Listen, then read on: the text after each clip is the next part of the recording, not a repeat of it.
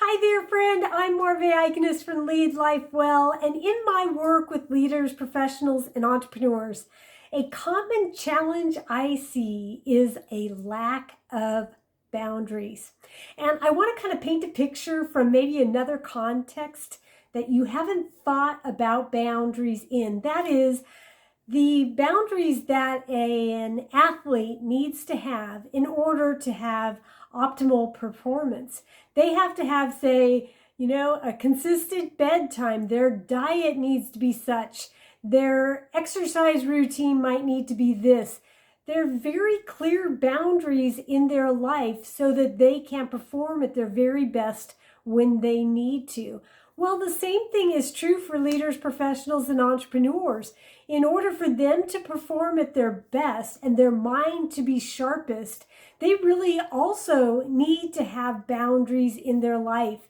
It does not help them when they are working all the time and are exhausting themselves, which I see on a regular basis.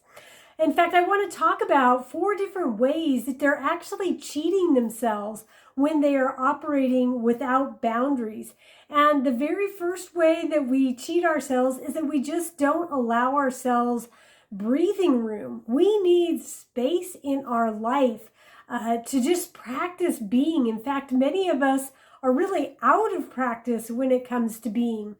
It might surprise you that the average person, and this is just average, the average person checks their phone 58 times a day. And so if you're kind of in the habit of filling your lulls with perusing YouTube or checking your emails or just scrolling on social media, you have lost the ability to just be. And so you need to have that breathing room in your schedule, which you will only be able to have if you have really clear boundaries.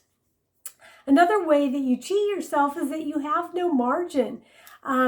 Your schedule assumes that there won't be any surprises, but life is filled with surprises. It's filled with the unexpected.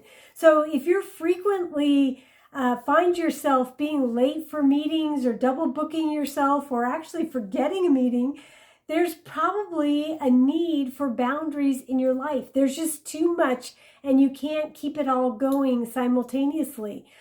And sadly, when we don't have boundaries for ourselves, we are often the worst offenders in violating other people's boundaries, which then sets in course a chain of events that doesn't serve us either.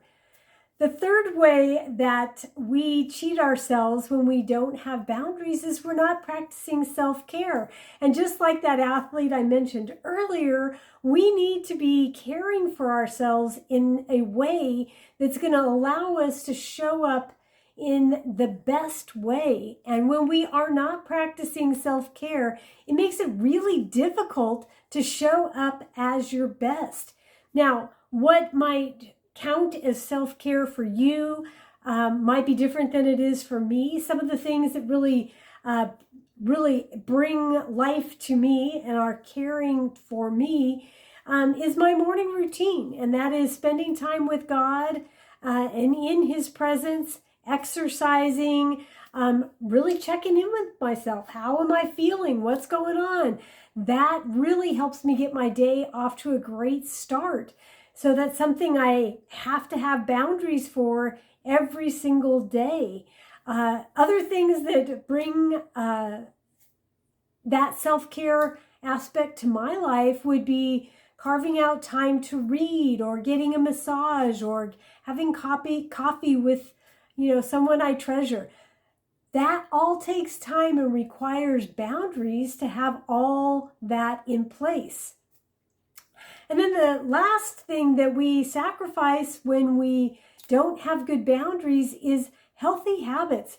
In fact, they are often the first thing to go.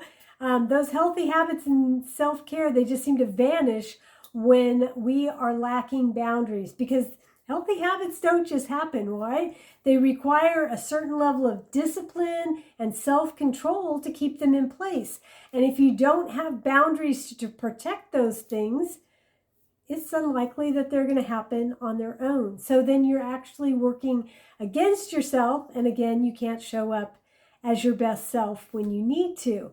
So no more cheating yourself. It's time to give yourself the gift of boundaries. And something I want you to remember is boundaries are what we tell people we will do, and they require the other person to do nothing. Boundaries are really about managing ourselves and what we allow into our lives.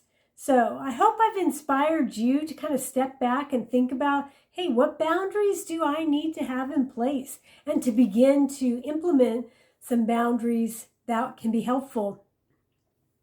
If you'd like more information on boundaries, self-care, habits, I've got some happy links down below for you to check out. And hey, if there's somebody you would like to share this video with, I encourage you to do that. And then lastly, hey, if boundaries are something you're working on currently, I'd love to partner with you. And you can find a link down below that will connect you to my calendar. Let's set a time where we can connect and just see how partnering together might help you in this area.